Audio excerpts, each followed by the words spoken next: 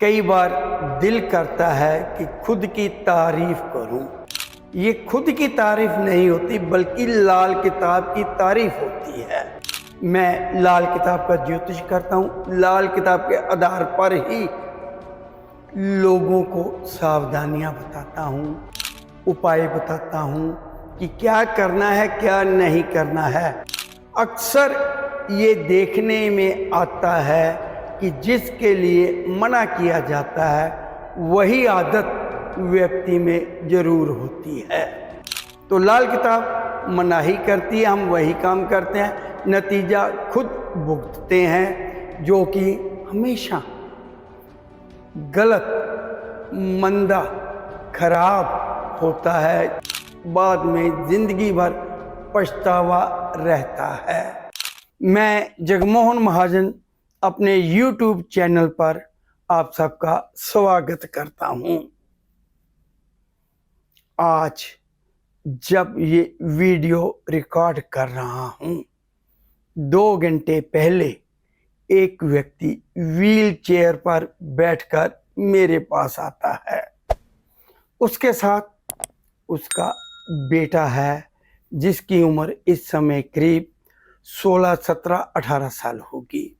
जब उनकी बारी आती है मेरे पास आने की तो बेटा व्हील चेयर से अपने पिता को लेकर आता है और पिता कहता है, बेटे जाओ इनके चरण स्पर्श करो। मैं रोकता हूँ, कहते हैं ये मेरी तरफ से चरण स्पर्श है आपको। मैं आपके पास 2016 में आया था, उसे सब कुछ याद था, मुझे याद नहीं है। बेटे को उसने कैबिन से बाहर भेज दिया और मेरे से बातें करने लग गया। तो मैंने कहा कि ये आपकी हालत ऐसे कैसे हो गई। कहता है कि महाजन जी, जिस काम के लिए आपने मना किया था, जो काम उस समय में हंसी मजाक में उड़ा दिया था आपकी बात को कि ये कैसे संभव है, ये कैसे हो सकता है। क्योंकि मेरा भी ये मानना है कि जब व्यक्ति के साथ सब कुछ अच्छा हो रहा होता है, उन्नति हो रही होती है, पैसे पर पैसा आ रहा होता है, तब वो ज्योतिष को कुछ नहीं मानता। शौकिया कुछ लोग ज्योतिषियों के पास चले जाते हैं। तो मैं कहता हूं कि जब भी आप किसी लाल किताब ज्योतिष करने वाले के पास जाएं तो उसके द्वारा दी गई हिदायतें, सावधानियां जरूर माने। हाँ, जो उपाय कहे जाते हैं वो भी करें। परहेज का सबसे ज्यादा महत्व है, उपाय का उससे भी ज्यादा महत्व है। तो बात उस व्यक्ति की जो 2016 में मेरे पास आया था। क्यों आया था? किसी महिला या लड़की के चक्कर में आया था। अक्सर लोग आते हैं, महिलाएं आती हैं, पुरुष आते हैं। मैं किसी का नाम नहीं ले रहा, या फिर चोपड़ा ही बोल देता हूं कि चोपड़ा 2016 सन में मेरे पास आया था किसी महिला, किसी लड़की के चक्कर को लेकर।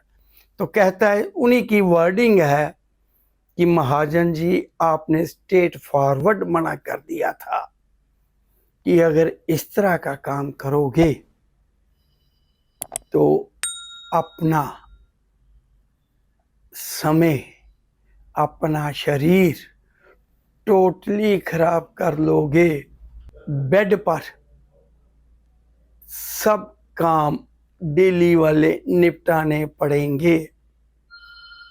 मतलब जिसे मैं देसी भाषा में कहता हूं कि अपने ही पेशाब में नहाना पड़ेगा।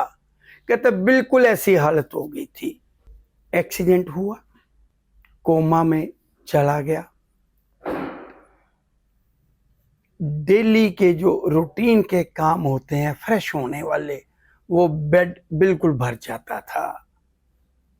बृहस्पति खाना नंबर 11, गंदा इश्क, गंदा करैक्टर, गंदा चाल चलन, अपने पति या अपनी पत्नी को छोड़कर पर पुरुष, पर स्त्री बेड पर ही अपने ही मल मूत्र में नहाने जैसी हालत हो जाएगी।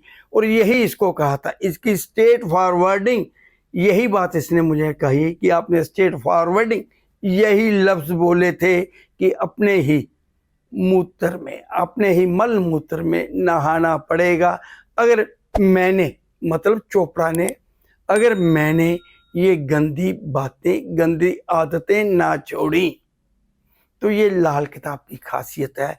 बृहस्पति 11 वाले को हिदायत है पर पुरुष पर स्त्री से दूर रहे, नहीं तो जो हालत चोपड़ा जी की है, चोपड़ा जी की हुई है, वैसी हालत बृहस्पति 11 वाले के लिए भी कोई दूर नहीं है।